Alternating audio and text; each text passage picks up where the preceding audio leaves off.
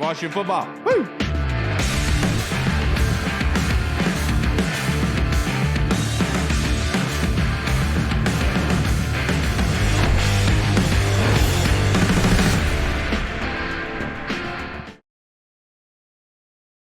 And welcome to the Burgundy Zone. I am your host, Kyle, and I'm joined by my two co-hosts, Michael Hall and Michael Reed. The Burgundy Zone is a part of the Frederick Podcast Network. You can find out more by going to www.listenfrederick.com. But we are joined by a very special guest, Commissioner Yas, as she's known on Twitter, content creator for Gameday NFL. Thank you so much for joining us, ma'am. How are you doing on this Thursday evening? Thank you. Thank you for having me. I'm doing well. I am excited for Thursday night football. Usually, my job is like more on the weekends than anything. So Tuesday, Wednesdays are my days off. So I'm feeling fresh, like I'm ready to go.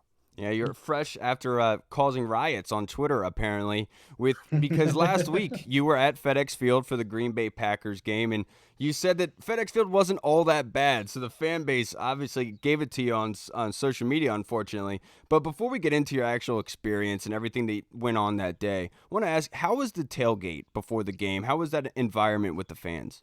Yeah. So honestly, I had a blast. So for anybody that doesn't know, and also thank you for having me. I have a show called Ride with Yaz with the Gameday NFL. And what it is basically writing my bets and also going through game day and seeing how the game day experience is different in every city. So we started in Cincinnati. We went to Baltimore. In the past, I've done college football games. I've done Eagles. I've gone everywhere. And I think one of my biggest things with the Commanders, that going into it, everybody was super welcoming. Like when usually I just show up to the tailgates and I'm like, hey, can I talk to you? Hey, can I try to like immerse myself into the experience versus with the Commanders fans right off the bat, they were like open arms, get in here. And so I started at the Command Corner tailgate and they were so friendly. We took shots at, I think it was 9 a.m. Okay, there we go. We took shots, like my stepdad. we played some games. They hooked it up with like Commanders, like colors because they said I wasn't wearing enough. So they gave me like wristbands and beads and all this stuff. And they just like had me ready to go for game day. And then we walked around and everybody was just really friendly. Like that's what I noticed was just the friendliness and the atmosphere. Like obviously it, in all honesty, doesn't compare to somewhere like Cincinnati where there are thousands of people out. Like you're like pushing through crowds, everybody's partying, everybody's crazy. One day. This was a lot more relaxed, but it was just such a like welcoming, warm environment. And then I moved over to Tailgate Ted and All Hail Barbecue. They had the best tailgate food that I have had this season. Like through 7 weeks, All Hail Barbecue, Tailgate Ted. I am still dreaming about it. It was delicious. So yeah, I had a really great time at the tailgates. Definitely glad to hear that. As some people that have been to those tailgates, obviously we know it's definitely a very welcoming, definitely a very good, fun environment. Repping us well. Yeah, definitely. Speaking of fun environments, once you got into the stadium, like Kyle said, like you said, it wasn't really that bad. What was your experience inside the stadium and watching the game? Right. Okay. So this is the one that's like super controversial. And I guess I had heard everywhere. Fedex Field is terrible, bottom of the barrel, like just absolutely awful. Obviously, we all saw like the rail breaking and the pipes and all that stuff. So I was expecting just like the worst. And I walked in there and I don't even really know what category I'd put this under, but I just noticed right off the bat, it was Commanders everything, kind of like your background is right now, where you have like the flag, the jerseys, the logos on the wall. And when I compare that to something like MetLife, which the Giants and the Jets share, it's like the banners they put up and they have to switch them out. And it just doesn't really feel like you're actually at their stadium, which I understand they have that battle. But even Cincinnati, I'm a big Cincinnati fan. I love Paycor Stadium. I love the Bengals, but they don't do a great job when you're in the stadium feeling like you're really with the team, I guess I could say, versus when I walked into FedEx Field, it was just like every single stand had like Commanders something somewhere. And I know that to like the football fan that loves X's and O's they don't care if your colors are all over the stadium. Right. But I think as a fan that wanting to experience it, you're walking in there and you're like, okay, I'm in Commander's land, you know? So that was the first thing I noticed. The next thing I noticed was all the like beer carts, vendors and stuff like that. A lot of them, their menus were on TVs, like not the ones that are like inside, but the ones that are like the pop-up ones.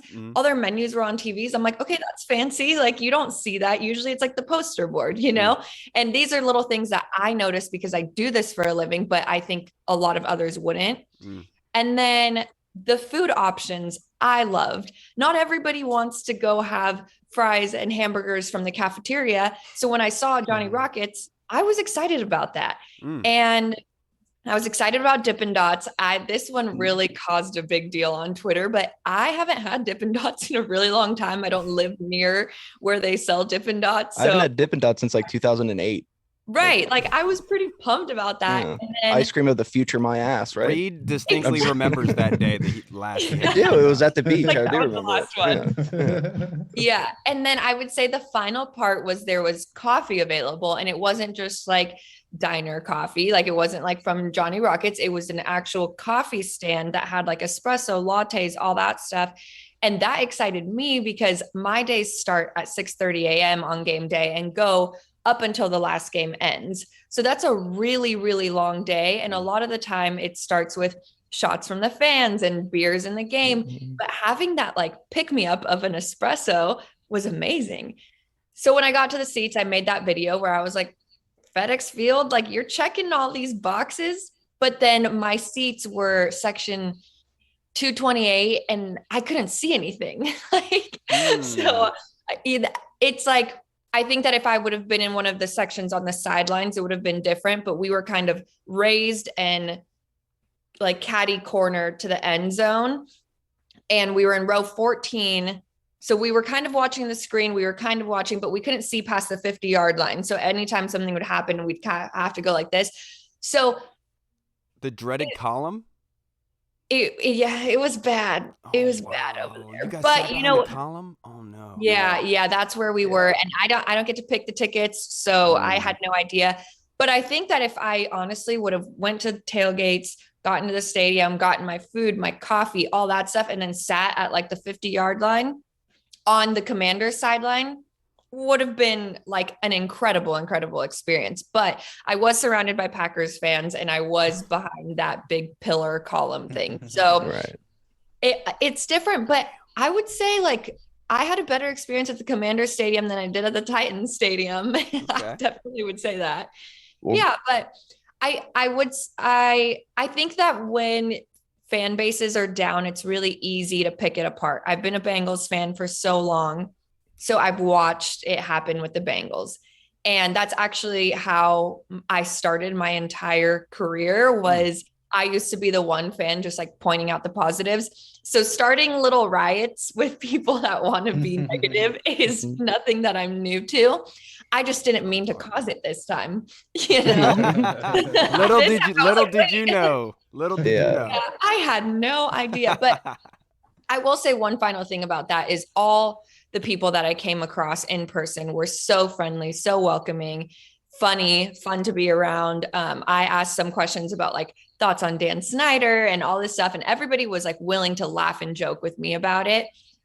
Sometimes the people on Twitter aren't the ones that are actually there. Somebody said to me, like, I used to go every year in 2015. I'm like, well, it's 2022, buddy. I don't think It's almost a decade ago. Yeah, on, buddy. It's one of those things too, almost where it's like a bunch of people have said that it's the worst stadium in the NFL. So all of a sudden everybody just kind of accepts that as fact. And even if they don't necessarily know what they're talking about, like I'm guilty of it too. I used to say it all the time, but it's good to know that you had a good experience there because I mean, thank God. Now maybe I'll go back. But moving to on the field, who either stood out to you or what position group stood out to you for the Commanders? Okay. I would say, okay, that was hard because remember I couldn't really see. I know, put you right on. I'm just kidding. On the spot too. I'm sorry. No, I'm kidding. I think what stood out to me was after. I think there was the defense. Let's say that. There you go. Let's start with the defense. Good. Right. But there was a momentum shifter in the game And I think that after that happened, they kind of cleaned it up a little bit. Heineke, here's my thing with him. I was really excited because I wanted to prove people wrong. I wanted to be like, you guys didn't even know he was here and he was ready to go. So I wanted him to just like throw for 4 touchdowns just because I was there. So then I could call and be like, I watched it, I think what surprised me the most was once the wheels got turning, they were doing it. Like they were moving down the field. They were completing their passes. They were running the ball. They were doing what they had to do, but it felt like it was slow. Like they couldn't really.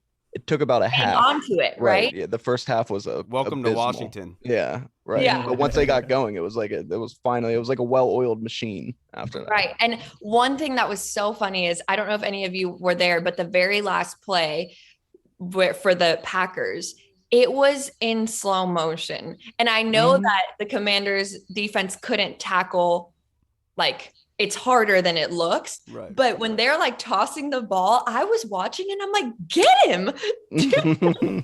But it was the weirdest thing.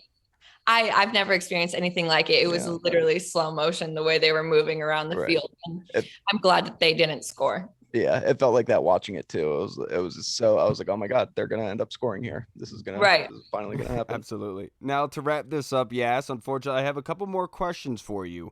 Okay. The Commanders are playing the Indianapolis Colts on Sunday. It's a big time matchup.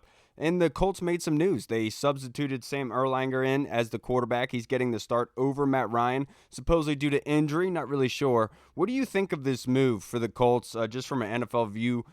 What do you think of the Washington's chances? Okay, so I will say I'm like weirdly talking about defense a lot today, but the only thing that would really scare me is the Colts defense. I know that your question was about the change at quarterback, and I think the only thing that happens there is Sam was great at Texas, right? Yeah. But Matt Ryan versus him, I think, okay, you plug and play, but you don't really necessarily know how he's going to look in that offense. And I don't think that the Colts have it fully figured out, but I think that their defense has it fully figured out. Their defense is good. Their linebacker group is good. I think Jonathan Taylor, I don't know if I want to say this. Okay. Yeah, you can be honest. I was gonna say, because I'm like a big karma girl, and I feel like if I say it, it's gonna come back to bite me. But he hasn't been as explosive as I expected after last season. Last season, I like watching him every week. I'm like, oh my God, like the more that he gets involved, like he's going to the moon. And then it hasn't necessarily fully worked out that way.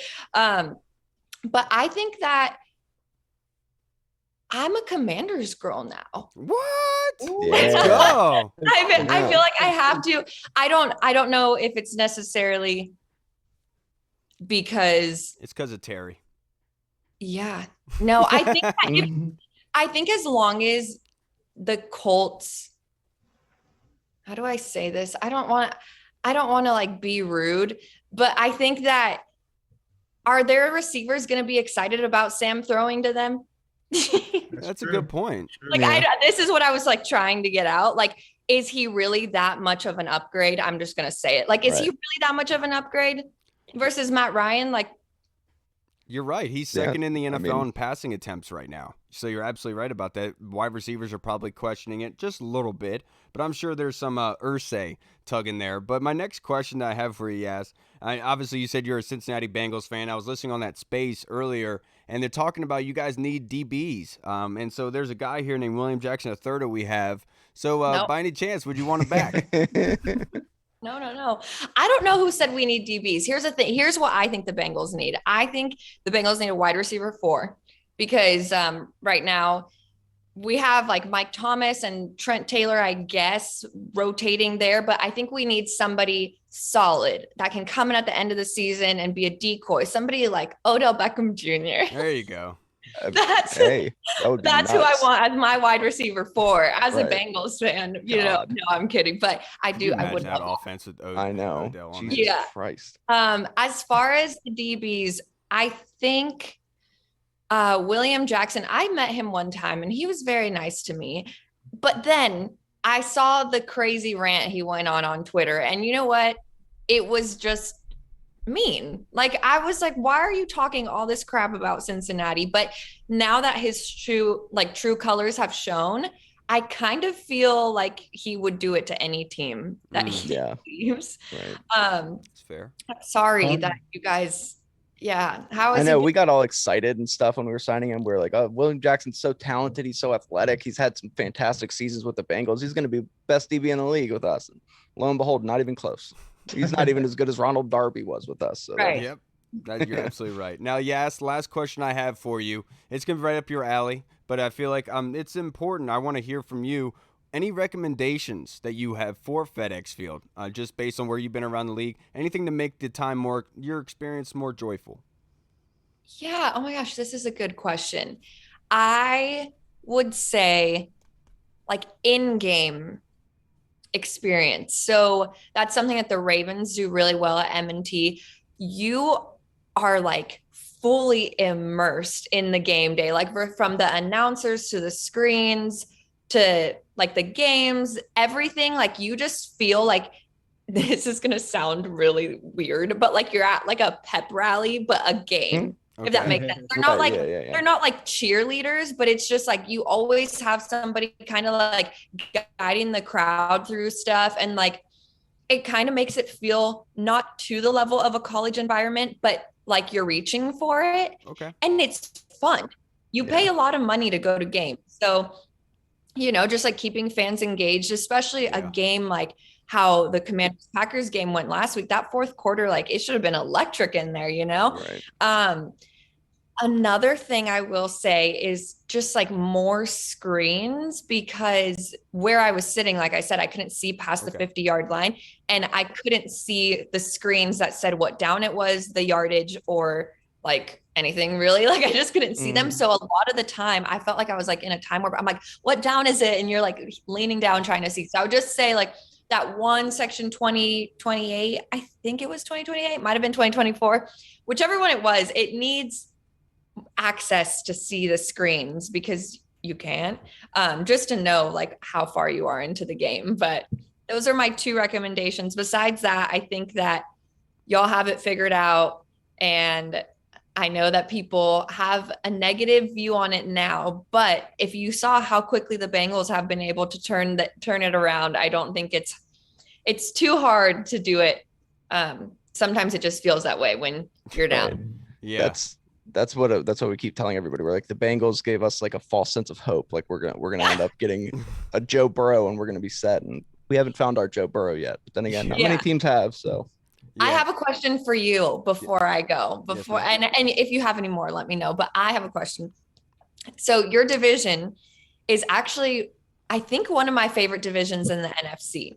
I really like the Eagles. My ex-boyfriend was an Eagles fan, so I don't know if it's his fault, but I'm an Eagles girl. I've supported them for like 5 years. I just moved to Dallas. So Jerry put something into the air here. I never liked the Cowboys before, but then you get here and it's just easy to like them. Right. Like they're drugging us. I don't know what's going on. But something in the water. Yeah. Maybe that's what Dan has on Jerry. Yeah, he knows he's drugging fans. Yes. You go to the stadium once and they like hypnotize you and you leave. Yeah. You're like, I like the Cowboys. Makes sense. And the Giants, I never really paid attention to them up until this year because I've gone to a good amount of Giants games. But I just like your division. And how do you guys see it shaken out? That's good because so far, all three teams at the top of the division, the Giants, the Cowboys, and the Eagles, they're all playing exceptionally well. I would imagine that it would come down to the Eagles and the Cowboys because I don't know how the Giants are going to be able to hold that out. Like if you just look at the rosters from top to bottom, their offense isn't nearly as talented. I mean, they have Saquon, he's a beast, but I mean, trading Kadarius Toney today and having Daniel Jones, I don't trust him as much as Jalen Hurts and Dak Prescott. So I would imagine it comes down to the Cowboys and Eagles. Eagles just got richer at the trade deadline, so yeah, it was a stupid trade. Imagine Philly's going to end up winning it all. No, I'm sure Philly does end up winning the NFC East, but I would imagine that karma is going to come back to bite them just a little bit. They are going to be balanced, I guess you could say humbled to an extent. I do expect them to get some losses here and there just because that's the way the NFL works. Generally, the hottest team early in the season is not the hottest at the end of the season. I think the Arizona Cardinals is a team that has shown you that multiple times, and I think that's something that's going to go on with Philly. I don't trust Dallas at all, and I think that quarterback controversy is going to start growing. I think Jerry Jones talking about CeeDee Lamb not being a number one wide receiver, well, that's why you drafted him, dude. You know, I'm sorry that it's not working out for you, but that being said, I think the Commanders can do something here. Can they get up to second place? I don't know, because right now the record schedule is not looking good. But like you said, I hold out hope. I was just like you with the Bengals. I'm positive, so I think they can do it. Yeah, I don't really trust the Giants. Out of their 7 games, I think 5 of their wins have been come back in the fourth quarter. Yeah, that's just not really sustainable throughout the whole 17-game season. As far as like the Commanders go, I do think we have a chance to kind of maybe knock some wins off here and there. I just feel like we put ourselves in so much of a hole to start with that it's going to be hard to kind of climb back up to the top. And Dallas has a really good defense. They always say that offense wins games, defense wins championships. So maybe Dallas goes further in the playoffs than Philly does. But I do think that Philly will end up winning the division just because the hot start they've gotten off to. I hate to say it, but Jalen Hurts is looking like a pretty good, solid quarterback going forward. So, and yeah, it just seems like the Eagles every couple of years seem to just have that magic every once in a while. So it just seems like this is their year. Yeah, why do they do that? I don't know how they do that, and it's not fair. Especially they don't deserve it.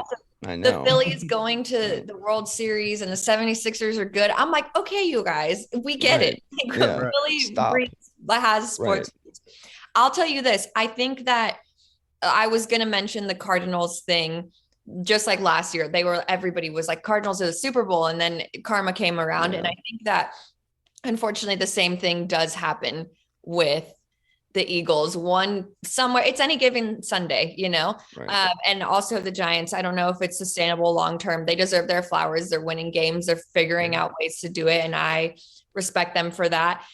And then as far as the Cowboys, their defense, great. But I went all in on their defense a couple games ago, and then they just disappointed me. I'm like, come on. And I will say the Commanders offense week 1, that was my big surprise. At the beginning of the season, I was like, okay, they're here. And obviously since then, some injuries and stuff like that have happened, but I wish you guys the best. And I'm a big fan of Terry McLaurin. I think that I called him the Lamborghini the other day. He's like the Lamborghini of your guys' team. Oh yeah, easily. Yeah. Antonio Gibson, also super talented. So I do think that the talent is there. It's just a matter of putting it together, but I'm excited to see how your season shakes out, and hopefully I'll be back soon because I did really have a great time with your guys' fan base. So thank you. And hopefully next time they'll be able to get you some better seats than sitting behind the column. Years ago, they had seats behind the columns. It wasn't until many years ago they actually took those seats out. So it's funny that they still have behind the column. But Yas, before I let you go, if you just like to plug your social media handles, your shows, that case anybody watching would like to come follow your work and hasn't yet. Yeah, I appreciate that. On Twitter, my @ is Commissioner Yaz. It's just Commissioner YAS. And then at the Gameday NFL is where we post all the content from my show, Ride with Yaz. I do have Ride with Yaz is a show on YouTube, and the Commanders episode is like 5.5 to 6 minutes of like my entire day. So you can find that on my own Twitter. I posted a bunch of clips about it, and we'll be sharing some more clips throughout the week. So I would appreciate anybody checking that out and giving me your feedback. And if anybody wants to follow along, I will be doing this all season long at different games. So thank you guys. Absolutely. Definitely. Thank you so much. Yeah. Thank you guys. Make sure stay strong. Don't let the zombies get to you. All right. Thank you so much. Thank you. Zombies are welcome. Thank you. I appreciate you guys. Have a good weekend, man. Thank you so much. Bye. All right, everybody. We just spoke with Miss Yaz. I said her name awesome. Terribly wrong multiple times. I know. I was about to say you kept saying it. You kept saying it like that, like Yas. Yeah, I don't know why, dude. That's just immediately. I had to text you midway and be like, Kyle, I'm pretty sure it's Yaz, like Yasmin. And you were just saying, all right, Yas. It's the hat, man. It's the hat. Yeah. It's the hat. Whatever. Yas queen. I blame Reed for every time he talks in a lisp and everything like yeah, that. no, me too. No. I get Totally. that, dude. Yeah. All I right. Hey, understand before that. we are joined by our next guest, let's start breaking down some of this game this weekend, kind of looking ahead, answering some fan questions. And this one's from the Colonel. Reed, I want to go to you first. Rumors that Cowboys are interested in William Jackson III. Would we really let that happen with a divisional rival? Unfortunately, yeah, I do. I think they're not too sold on William Jackson. They don't really think too highly of him. But also, I mean, just at this point, like if that's the best offer that we get, then that's the best one that we get. And I think it is rare that you see those interdivision trades, but I think in this scenario, like if that's literally the best, if they have the best offer, then yeah, that's you got to kind of pull the trigger and get what you can for them. Yeah, because I know fans out there are going to say, well, just trade him, but it takes two to tango. And his Right. contract is very expensive. And so another team, not only would they have to trade assets for him, they'd actually have to absorb the contract unless Washington wanted to do that. So the big question is, do they want the contract and they want the bad film? The poor film that he's shown for this season and the contract combined with bad film, it's hard to be able to say that. And if the Cowboys are willing to be able to give a somewhat of a good pick, and maybe you do pull that trigger, but I find it hard to believe that they are going to do business with the Cowboys, even though we know that Snyder and Jerry Jones are very close. It's just you don't want to give that motivation to William Jackson III to actually play well against you. You know what I mean? Right. Well, if that motivates him to play well against us, then he deserves to be traded anyway because he clearly was not as motivated to do his job and play up to his potential here. Yep. But as far as the Cowboys go, I wouldn't hate it just because I just, like you said, I feel like the coaching staff is kind of just at their wits' end. Is that the phrase? That's how you say it? At their wits' end with William Jackson. And I feel like it'll just be kind of awkward. Like, obviously, you're a professional. You come to work. It's basically your job. You come to work.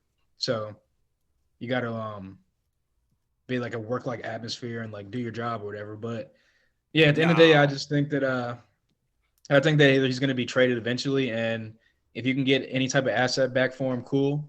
Get his contract off of our books. And, yeah, because at the end of the season, more than likely he's probably going to be cut anyway. So if you can get something in return for him right now, might as well go ahead and do it. And if it happens to be the Cowboys, so be it. Yeah, now we'll stick it with you, Hall. This one is, again, from the Colonel. Do you guys anticipate Washington making any kind of move before the trade deadline? Yeah, outside of William Jackson, I don't really see that happening. I think that, I mean, obviously, if someone offers a first-round pick for like Deron Payne or something like that, I think they would probably think about it. But at the end of the day, they'd probably. I think they would think about it, but I just think that it would hurt the depth on the team right now. And Deron Payne and Jonathan Allen are like playing at a crazy, crazy high rate right now together as a duo. So that would definitely hurt the defense as well. So outside of William Jackson, I don't really see anything happening. My surprise and kind of like sneaky, maybe very sneaky trade would be maybe someone they make a move for J.D. McKissick, maybe like someone like the Bills because they were trying to get him this offseason. But at the end of the day, he came back because he wanted to play for Ron Rivera and be in this locker room. So I don't see them trading him away after he wanted to come back here in the first place. Yeah, I do agree with you there. And I'm not really sure if they would go after anybody at the trade deadline. I know a lot of people have joked about Shaq Thompson and everything like that, but they're not using that many linebackers this season. The secondary has been explosive and good, so I don't think they're going to be making a move at that breath at all. So no, I think we can trade for Sauce Gardner. Think that's possible? Man, leave me alone about J.C. Horn, okay? That's my guy, all right? Now, Hall, Reed, actually, I want to go to you with this. Rumors also swirled around us getting a high pick for Deron Payne in a trade. Since we won't be able to afford him next year, what are your thoughts? They can afford him next year, especially with the Carson Wentz situation. NFL, the salary cap, as we've seen with the Rams over the last few years, salary cap doesn't even really exist. You can work your magic. You can make almost anything work by backloading contracts, things like that. But if the offer, I mean, presented, it's like this wouldn't happen. But like you said, I mean, first round picks are so valuable. If they got offered something like that, I almost think they would have to take it. Just because you get somebody on a contract, you'd have 2 first round picks. You could get them on a rookie deal. But I don't think I don't think you'd get a first round pick for. I mean, that's usually reserved for quarterbacks and things of that nature. So I don't think that you end up trading Deron Payne. I think that they are going to try to keep him here long term. Yeah, the one issue with Deron Payne, I know that Fedarian Mathis showed great stuff on the field. He was key part of this defense, but the injury still leaves doubt for the future. You don't exactly know if he's going to be the same guy. You trust in it and you hope in it, but it is something that worries you about trading away Daron Payne, obviously. And that doesn't bring up Montez Sweat because they also got to get paid. Cam Curl's got to get paid. He's number 1 PFF rated safety at the moment in the league. So it's going to be, I understand why people are saying that they won't be able to afford him, but there is ways for it to happen. My big question is Daron Payne's agent wanting to test free agency regardless? If Daron Payne wants to stay here, then obviously that option is open for him to accept a contract. But just like Brandon Sheriff, if the client wants to go test it just to see what's out there, you have to allow them to do that. And that might be what's happening with Daron Payne. I think it'll also depend on with Daron, like the teams that are trying to acquire him. So like if there's a team kind of like at the same level as us or below us trying to get at him, why not come back here? But if a team like the Bills or the Rams or, one of those top tier high level teams want to try to go after him this offseason, then I hate to say it, but like you would probably choose the championship contender, the playoff berth contender team over the team that you've been on where you haven't been doing a lot of winning at. So hopefully he stays here. I would love to have him and Jonathan Allen here locked up, causing havoc for years, but we'll see. Yeah, I agree with you there. Louie's, there he is. There his sound has finally come on. How you doing, Louie? From the Louie T Network on YouTube. How you doing, brother? I'm doing well, man. Thanks for having me. How you guys doing? Doing great. Good, I know we don't have much time with you today, so I'm going to try to get as much as I can out of you. All right, Louie? Oh, yeah, man. Take your time. You're good. I want to go to you with this first question, looking at this game this weekend, heading against the Colts. This question is from Andy Lockhart in the UK. Oi! He says, for me, Colts are ready to tank, hence playing Erlinger over Foles, and we have to help them along to do it. This is a Taylor game for sure. He plays half decent, and we stop/limit the run game, and we win. Question is there anything else I'm missing in the main keys to victory? Oh, yeah. I mean, just the whole start to that comment is all off. Like, the Colts aren't tanking. I mean, these coaches are, in the GM, really, frankly, are all playing, for their jobs right now. I mean, I thought Frank Wright was going to be the first guy fired this year when the season started because of Irsay's, impulsive nature. So I thought they were going to struggle. And they won a couple of games and even tied a game. They were down 20-3 to the Texans in week 1. And they easily should have lost to Denver. I don't know how the Broncos managed to flub that one on Thursday night, but they could easily be like 1-5-1 right now. So this is a team that they can't afford to go out here and tank or do anything of the sort. These guys are fighting for their lives as, head coach and GM. So I think they're desperate. They're trying to win. Sam Ehlinger poses a real threat. Like the NFL is shifting to similar. I think they kind of mirror us in a way because they have to run the football. Mm-hmm. They're moving on from a statuesque quarterback to a guy that's mobile, that gives them more opportunities to extend plays, convert third down, stay alive so that they can have more opportunities to run the football with Jonathan Taylor. So he's going to present a big threat, with his legs. He's a tough guy, played at Texas in the Big 12, played in big football games. He's got that moxie and that poise that we talk about with Heineke all the time. And so I am not overlooking Sam Ehlinger at all. The Colts are probably looking at this as a game that they need to find a way to win. And we're looking at them the same way. As I always like to say, they're looking at us like food. We're looking at them like food. Right. Somebody's got to eat. You know what I mean? So at the end of the day, if you're going into this game thinking that this is a layup and we just got to put it in the basket, you're sadly mistaken. Correct. I've always said, and this is how, I get in trouble sometimes, is you attach with, especially with this team in particular, is hope is okay. Hope is free. There's no cost to being hopeful. It's when you attach expectations to hope, that's when you get yourself into trouble. I'm not attaching expectations to the hope that we'll win this game. I did that against Tennessee. I expected to beat the Titans. That's a quality football team with a bad roster right now. And we were supposed to win that game and we didn't. I'm not going to do that against Indianapolis. I know that team's dangerous and it's on the road. We haven't beaten the Colts since 2002. Are you aware? 2002, Louie. It's crazy. I saw that clip. Shane Matthews was the quarterback. I was like, I remember that time. That's crazy. Shane Matthews throwing to Chris Doering. Are you kidding me? Yeah, like I'm not overlooking the Colts at all. No, I'm right there with you. I don't think you missed many, but I will say I watched some of Sam Erlanger. Going back to his time at Texas, I was also able to watch some of his highlights from the preseason. The one thing about Sam is he's very slippery. That's a great way to be able to put it. When he sees the pocket collapsing, he's looking for that slither of space to be able to slip through and get upfield. He's at his best with his arm when he's moving outside of the pocket, when the play breaks down, allowing his wide receivers to get open. So my biggest key is for the defensive line to get after him and suffocate him. Do not allow that area, that gap around you on either side to be open for Sam to leak through, because he will. If you're able to collapse that pocket, suffocate him, and force him to throw from inside the pocket, he has a long release, you might be able to jump some balls. That being said, he is a big-bodied dude. He likes to run the football, and Matt Ryan was second in attempts. I'm pretty sure that this coaching staff looked at this and said, look, we got to get Jonathan Taylor back involved. We got to run the football effectively. Matt Ryan's second in attempts. All we're doing is passing. We're taking away our element. We got to go back to it, and that's why they're going with Erlanger, because I feel like it's the Taylor Heineke effect. Ursay wants that kind of rah out of the team. That's why. So you're saying he wants to be like Dan Snyder, and that's why he's causing all this controversy. Yeah, pretty much. I won't say that. Nah, look, there's a reason why the Colts are favored in this game. They're the home team. Obviously, the -3 is the line. So there's a reason why they're favored.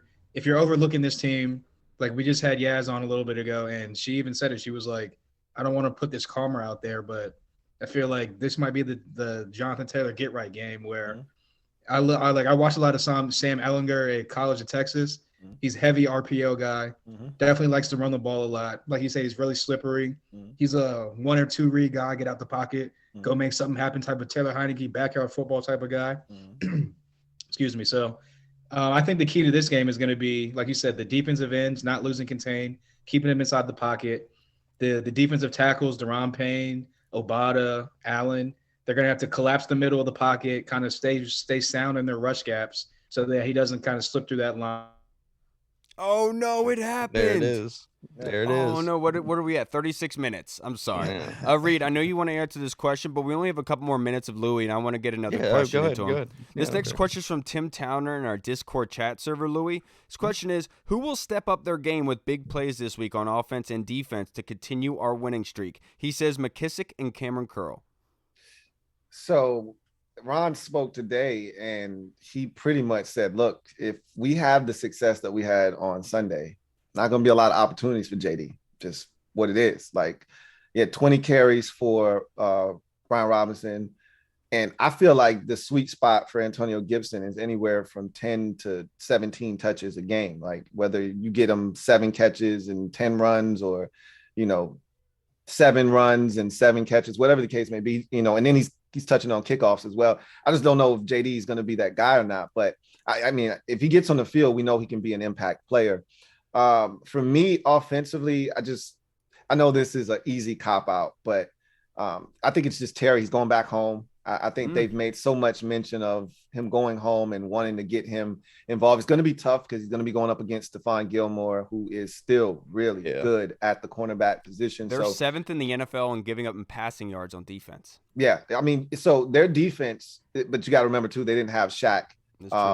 They didn't have Shaq Leonard for pretty much the entire season. It's still so weird calling him Shaq Leonard. I know, right? Like, as soon as you said Shaq, I was like, who's that? Exactly. I'm having to get used to it myself. This offseason, when he was like, call me Shaq, I was like, what the fuck? No. Yeah, exactly. Like, where is this coming from? But him coming back makes a big difference, a huge difference for their defense. He's not just the defensive leader, he's the leader of that team. So it's going to impact them. But, another guy that I was really excited about last week is Amani Rodgers. I think this is a guy that, I really feel like he could be a Darren Waller type in this league if he continues to develop. Remember, this is a guy, this time last year, he was a quarterback at Ohio. So he's still learning the position, still learning the nuances, but that's another guy that I really would like to see get some opportunities. But defensively, I think you guys hit the nail on the head. You gotta stop Sam Ehlinger. Really, it starts up front. If you're going to stop the run, it starts up front. I'm nervous about Cole Holcomb's foot. Ron said he has a foot sprain. He hasn't practiced all week. And he hasn't really, they said they've tried to keep him off of his feet. So I'm nervous about, they said they're going to see how he feels tomorrow. If he can't go tomorrow, the likelihood is he'll be out. That's massive. And Ron said this with a straight face. And if looks could kill, I would have put 2 daggers right through his chest. He said this with a straight face. He said, oh, well, we're fine. We feel good about the veterans that we have, man. We feel really confident in John Bostic and David Mayo. And I just stared at him like, are you serious right now? Like, are you kidding with me? Or are you serious? So I'm nervous about him because he was playing so well, and that's such a huge part of what we do defensively. I think the defensive line, like this is going to be a Jeff Skanina game where these guys, this is where we see them rushing as one, having to stay disciplined in their rush lanes because the contain in this game has to be outstanding because Ellinger wants to get outside of the pocket. He wants to get up the A gap, and they have to be where they're supposed to be, or it could get ugly. We saw what Justin Fields did to us. You talked about slippery. Fields was slippery, and we had some issues with him. Now, Ellinger is not Justin Fields, right? He's not that fast, but he is a powerful runner, and he's big, and he's hard to get down on the ground. So they got to be able to rally. I think this is a big Montez Sweat game. Their offensive line is not great. It is not great. And so this needs to be a big Montez Sweat game, similar to what he did against the Titans, kind of controlling the game off the edge. I need him to have one of those type performances against the Indianapolis Colts. My man, I love that. From my 2 guys, one offense, one defense, real quick, I'll say Logan Thomas, he's coming back. And then the other one I would say is going to be Jamin Davis. I think we've been running a lot of 4-1-6, so if Cole can't go, Jamin's going to be that Mike linebacker. Going to be a big day for him. He's going to have to prove a lot to this coaching staff and to his teammates to show that he can be that Mike 4-1-6. So we'll see how he can rock. What about you, Reed? Well, on offense, if he can go, Jahan Dotson, I think is just going to to be huge. Getting him back is just Rivera said today he's not expecting. Oh, really? Just now he's not playing. Okay, well then go to the other side. Curtis Samuel. Curtis Samuel, if he's Terry is so good, but he can only do so much. And after the game last week, it's tough. It's kind of had flashes of last year where it's like, okay, well now teams are just gonna kind of roll coverages towards him. So having Curtis Samuel, I think, definitely helps. Obviously, in that regards, he's first on the team in receptions, and then on the defensive side, I was going to say Jamin, but I'm going to go with Cam Crow, who just has to continue having these huge games because he's so valuable in the passing game, just sitting back in his zone and the run game as well. And with Jonathan Taylor, I think that having like a Jamin Davis, Cam Curl coming up to the box, to the line of scrimmage, I think would be huge. All right, and the last one I have for you, Louie. This one's from Big Tony Shivers in our Discord chat server. Who on the Indy defense needs to be accounted for? I know we already talked about Shaq Leonard. That's the guy. But if you want to go with the less obvious, they got 2 guys that are absolutely stud-like on that defense aside from Shaq Leonard. I'm not looking forward to DeForest Buckner against our interior offensive line. And then Sadiq Charles has been ill all week. He hasn't practiced. So now I'm like, is Wes Schweitzer eligible to come back off of IR this week or what? No one has asked Ron about that. I need answers because the one thing I don't want to see is Trey Turner back in at guard, right? So I think it's going to be Sam Cosmi getting to start at right guard. It could be. Ron talked about, what they were thinking about doing, and he didn't want to go into specifics, and he's like, I'm not going to tell you that, but it could be Sam Cosmi at guard. I think they're going to put him back at right tackle, but I wouldn't be mad if it's Sam Cosmi at guard. But at the end of the day, DeForest Buckner is a guy, and then another guy is Kenny Moore, the slot corner. That guy is a stud. So good. He does everything. He blitzes. He can play man. He's great in zone coverage. He's great in run support. Like Kenny Moore is one of my favorite nickels in the league. And so along with Hilton for the Bengals, who I wanted in free agency a couple of years ago, he just does it all, man. So that's another guy that you have to really focus in on with the Colts defense. I absolutely love it, Louie. I can't thank you enough for coming on here and joining us again, brother. I know you're a very busy man. It's hard to get you on here sometimes because of our schedules, but I'm always glad. It's always a pleasure. I do learn some stuff. I enjoy picking your brain a little bit, brother. I can't thank you enough. Before you get out of here, you'd just like to plug your social media handles and then also your show. Obviously, if anyone watching hasn't subscribed, but we all know they already have. I appreciate the opportunity, man. It's always a pleasure to come on and kick it with you guys. You can find me everywhere. Louie T Network is all you have to type in. On Instagram, it's Louie T Network _. On Twitter, it's at Louie T Network. on YouTube. Just, now they give us the ability to use handles. So it's at Louie T Network on YouTube. So, wherever you get content, Louie T Network podcast is available wherever you get your podcasts, so just type in Louie T Network and you'll find my work, man. I really appreciate you guys. Hey, I appreciate your time, Thank brother. you. Enjoy the weekend. Hopefully we get that dub. Oh, absolutely. Make it 3 in a row. Let's get back to 500, man. I This know. close. This close. Who would have thought we'd be here in week 8, 500? Yeah, right. Yeah. Not after the start we had. Absolutely not. Louie, have a good weekend, brother. I appreciate you. Likewise. Thank All you. right, all right, everybody. We just talked to the man, Mr. Louie T. It's so good. Hall, I want to get your opinion on Big Tony's question. Who do you think on Indy's defense? Do you agree with Louie T that it's like DeForest Buckner, Kenny Moore? Who are you looking at? Yeah, I was going to say DeForest Buckner just because the injuries that we have to the interior and obviously Norwell, even though he had a pretty good game against the Packers last week, throughout the season as a whole, he hasn't really been what they thought he was going to be as far as a blocker up front. So DeForest Buckner could definitely, especially with Taylor being kind of a shorter guy, DeForest Buckner is a huge dude. So I can definitely see him maybe swatting some balls down as well. But yeah, I definitely think that DeForest Buckner could be a game wrecker for Never us. swat the balls. Swat them balls. Yeah, I agree with you. I will say Yannick Ngakoue is another name. I believe Tim Towner said this in our Discord chat server. Yannick was the guy last season with Las Vegas that injured Logan Thomas's ACL. So that's a guy you always got to keep your eye out on. He's a good sack presence like Reed is. And so you got to make sure that you are prepared for Yannick. But I'm sure Charles Leno and company are very aware of Yannick. But you guys already stole all the other ones. A lot of chop blocks coming Yannick's way. I can see that coming. Man, that was going to go with Stephon Gilmore just because, I mean, everybody always forgets about him. But he's still, I mean, if you look at the numbers, the advanced numbers according to PFF and just everything that he's done this year, he's still an elite cornerback in this league, man. He's still so good. So that, just the rich get richer, man.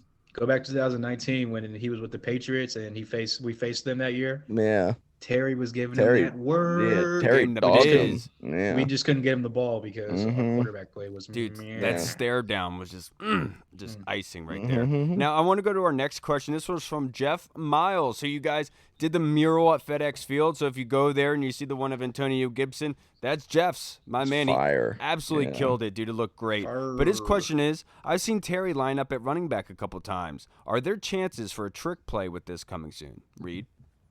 Yeah, I mean, I would imagine that's why they're doing it. I mean, just to kind of get, because they're not going to keep doing it and then not have him do anything out of that spot, because then the defense is going to be like, okay, well, he's obviously going to run a route, or we don't need him, or we don't really need to pay attention to him. So they're going to eventually, I would imagine that they're building up to doing something with him. So yeah, I would think that they got to do something. Yeah, they've been doing it obviously with Curtis, but it's what we saw with CD Lamb against us, right? Where they motion to the backfield and able to get some mismatches there. And it's awesome to see Scott Turner using that kind of creativeness with Terry, being able to use Terry, utilize him anywhere that he can.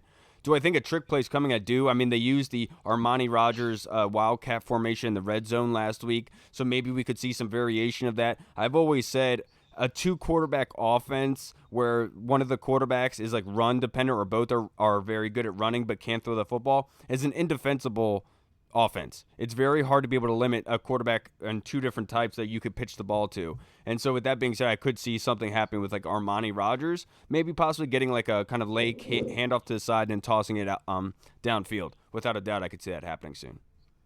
Yeah, the good coordinators are definitely calling a play to set something up 12, 13, 14 plays down the line, 15 plays down the line. So definitely refreshing to see Scott have that creativity back from week 1, week 2, where we saw the first 15 scripted plays against Jacksonville were like, that was like a masterful work out there. So glad he's getting back glad he's getting back creative. And yeah, I could definitely see some type of like pitch it out to Terry and like, or him out the backfield on a mismatch, or him maybe like throwing a pass since he's going back home to Indianapolis, get him that extra shine back in his hometown. So but yeah, awesome. Like I said, they the smart and the good coordinators are calling plays to set up plays a quarter and a half away. So hopefully that's what we're heading towards. Yep. And now Reed, I want to go to you with this. This Orange Crush just knows the kind of questions that I love. His question is, Reed, JFK. Oh. Where is Jamin Davis playing most of his snaps now? In your opinion, is this the best use of his services? Finally, are we really running a 4-1-6 for the majority of our snaps? And what are our advantages and disadvantages of this setup that you've seen so far this season? Yeah, I mean, I just think it's good that they've been playing to their strengths. They have been running a lot of 4-1-6, right? Like that's been primarily what they've ran. But how much you said something about that earlier, Kyle, right? What percentage were they running that?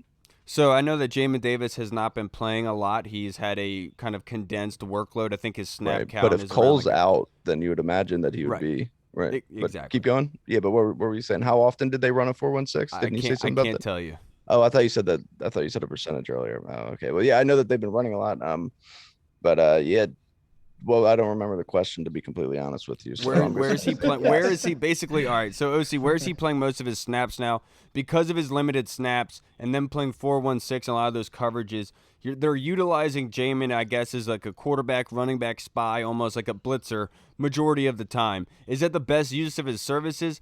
At the time being, I believe so, but that's a big test for this weekend, because if he is going to be that 4-1-6, he's going to have to show his coverage ability. We've seen his athletic ability. This should translate. But the reason why we wanted to have him get close to the line of scrimmage, be that attack guy, was to understand the instincts and understand what the offense is trying to do to him as a linebacker. So hopefully over these first 7 games, it's kind of warped his brain in a way to be able to understand what's happening to him and what offenses want to do with him. And maybe that will help him in the coverage game, being able to understand instincts, route coverages, route concepts, and other stuff like that. So I do think that this is where Jamin is supposed to be, is blitzing the quarterback. And I think that's going to be huge for this weekend, to be perfectly honest. Because if he's on Sam Erlinger, I think that gives you a really good chance in things. But if Cole's out, I think that's going to make things difficult a little bit. But that's why you got Cam Curl, baby.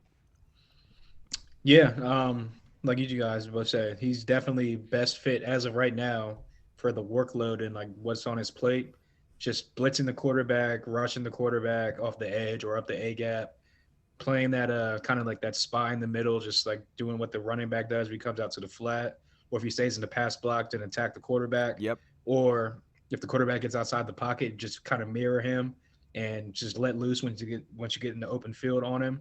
So yeah, as of right now, hopefully, and that's probably the best thing for this weekend upcoming anyway, because like you said before, like we talked about before, a guy like Sam Ehlinger can kind of get out the pocket, play that backyard style football where he kind of creates outside the pocket. So hopefully, and they don't really have tight ends like that, like Jelani Woods and Mo Alley Cox. Mo Alley Cox don't really scare you as like from a athletic standpoint. And so I think that Jamin can definitely be able to handle them.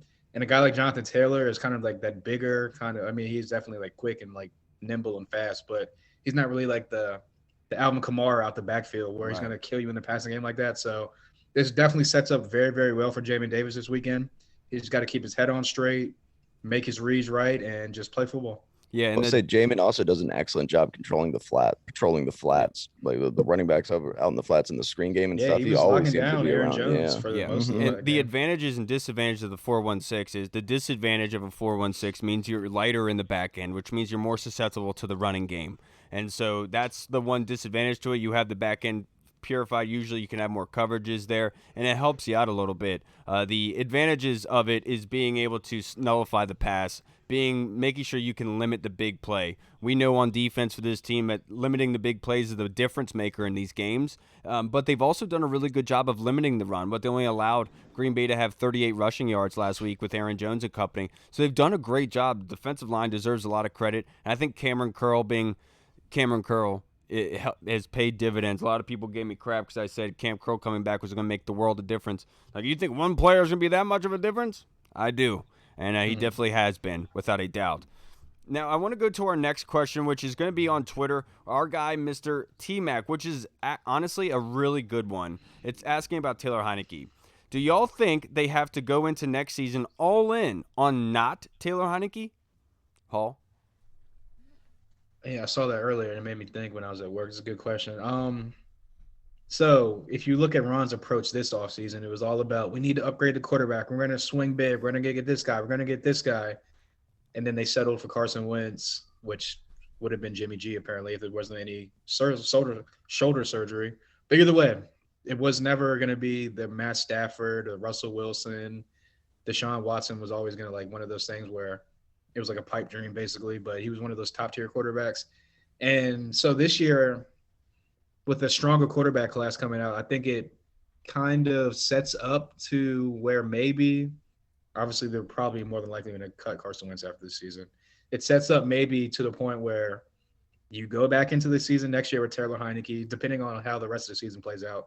If he crashes out and flames out, obviously, then you know where you're going. But if he plays well enough to kind of, okay, maybe we can stay afloat next year with him while we're grooming the next guy that we draft in the first round or whatever round it may be, then I could definitely see that. But yeah, honestly, that's a great question because looking at the free agent quarterback class as well next year, there's not really that many big names that are going to be out there. It's going to be a lot of retreads like the Carson Wentz, Jimmy G's type of guys. So I could definitely see them just saying, you know what, let's just go into next year with Taylor. Let's draft a guy and let's just see. Let them have a quarterback competition. I got killed on Twitter because I said I don't want to see what Sam Howell has. I'd rather just let Taylor ride it out and draft a guy next year. Just have a 3-way competition, even though and then also, I just thought about this as well. Taylor's an unrestricted free agent next year, so technically, it would be a quarterback battle between Sam Howell and if you draft a guy. So, long story short, I don't know if I answered your question, but that was a good question. Honestly, T-Mac, I think that's up to Taylor. This is a stage for Taylor to be able to prove himself. And like you said, he's an unrestricted free agent next season. And so if you want them to be able to be in on you, you have the opportunity here. I was out on Taylor after that Dallas game last season. You cannot look that way against Dallas, and I trust and I honestly have always believed in Taylor. I love his story. I love his moxie. I love everything that he brings. You know, he's a Cinderella story and a type of guy that you could rally behind. It's just you got to prove it to us, man. This is your stage, and I know it's hard. It's the hardest position in sports. But look, man, if you want to make the light, you gotta dance on the stage, and hopefully he's able to get this team to the playoffs. Because if that happens, I think the question is irrelevant at that point if we get to the playoffs. What do you think his go-to dance move is going to be when he gets to that stage? Oh, I don't know. He wears Jordan Eid probably. The Napoleon Dynamite dance, without a doubt. You know? Yeah, dance for me, boy. Dance for me. That John, you know, yeah. I love that move. That's a sick move. Top 5 move all time. Such a good movie. Taylor, yeah. I mean, obviously, like you said, Kyle, it kind of depends on him. If the season completely gets turned around, then yeah. But if not, I think it's definitely kind of shaping up for us to go quarterback in the draft. And it's almost like Ron Rivera almost has to, you know. I mean, like you can't go into another year without somebody like set at quarterback, or else it's going to be another failure. And to kind of save his job, I mean, because even though I don't think he'll get fired, I mean, especially if we win some more games, it's one of those things where it's like you're kind of teetering the line now, man. Like you're at that point where people are calling for your head. We all like you. We all think that you're a nice guy, but the fan base is getting over it, as you can tell. So you have to have a quarterback. That's the way you win games. So I think it's shaping up for a quarterback in the draft. That I did not learn that this season. I'll tell you that. Quarterback Taylor has won more games no, just one.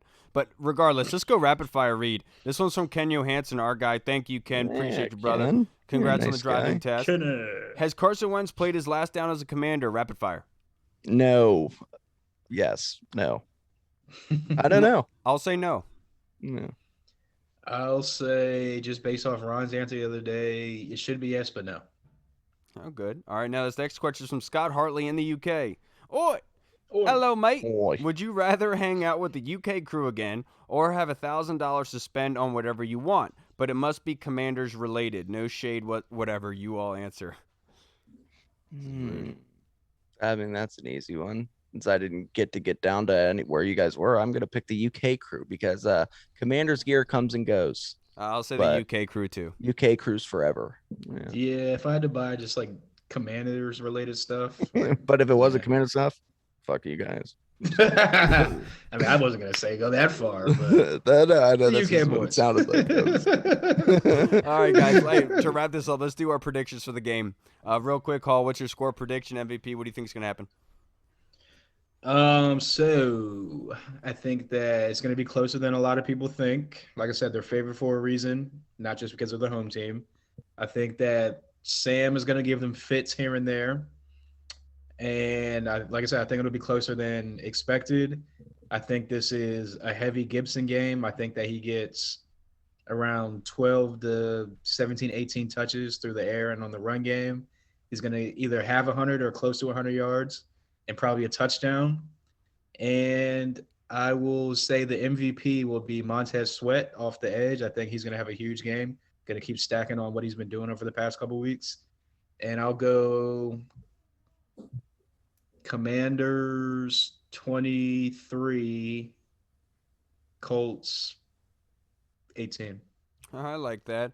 For me, I had the score prediction being 17-9. I think that they get 3 field goals, but I think Washington wins this game.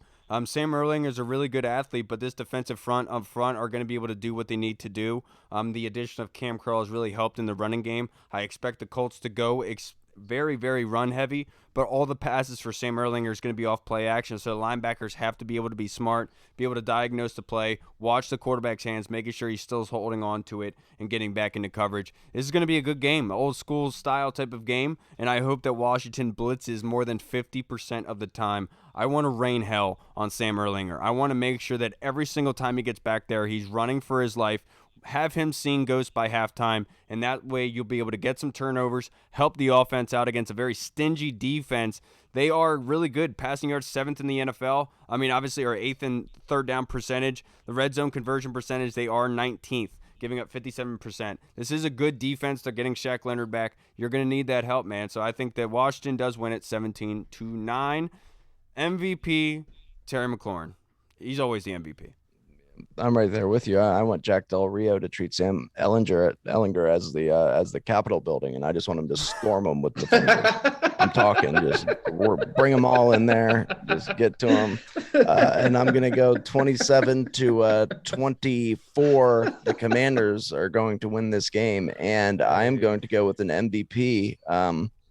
Little known boy out there, and I'm gonna go with Brian Robinson. You know what, Brian Robinson's gonna have 2 tutties, and the reason I say 27-20 instead of 28, and that's because Joey Sly is going to miss another field goal, but ultimately it's not going to matter, but it's going to be frustrating as hell. Yeah, that would make sense. They are 30th on offense in points scored, but I think Matt Ryan leading the NFL in interceptions so far. Also with his noodle arm. Yeah, it has a lot to do with it. All right, everybody, that's going to wrap us up for this episode. Thank you so much for watching. Really appreciate you guys. Thank you so much to Commissioner Yaz. Thank you so much to Louie T Network. Can't thank you guys enough. Everyone who asked questions, we love you guys. Always helping out and contributing to this show. We couldn't do it without you guys. All right, I'm Kyle. I'm going to change my score up because I was just actually thinking about it. It's going to be a run-heavy game for both teams. I'm going to change my score to Commanders 22, Colts 12. It's like the age range that you like your women. Oh, Cha-ching! 12 to 22. What's wrong with you, man? I'm done that. He just a boy. Yeah. All right, everybody. Have a good weekend. Enjoy and hopefully it's a W. Hopefully it's a victory Sunday. Good luck to all of you guys. Be safe this weekend. Big bowl of we love you guys. We'll see you on Monday. Washington football. Woo! Big bowl. Hey, what's up, everybody? It's Kyle. I just wanted to say thank you so much for watching. And if you liked what you saw, make sure you hit the subscribe button and the notification bell. That way you get notified when anything new is uploaded to the channel. Also, we just launched theburgundyzone.com. You can go there and find all of our latest news, articles, and the latest episodes that are uploaded. Again, we also have the Discord chat server, where all of our VIP folks are in, like Andy Burrows, Scott Hartley, Sergio Martin is in there as well. Don't miss out on the Discord chat server. Go and check that out. Until next time, everybody, Washington football. Woo!